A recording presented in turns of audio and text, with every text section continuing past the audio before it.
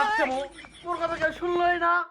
আর ওদিকে ওই দুই শালা ভাত খাচ্ছে শালারা, এরা কোনো মানুষ কিছুই নয়।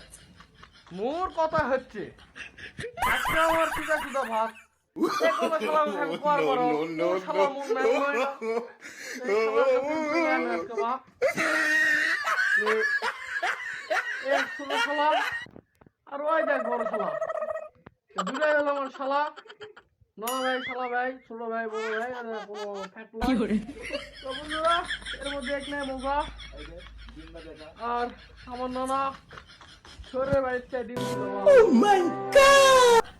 বিশাল বড় ডিম, তোমরা তো দেখাই পেলেন।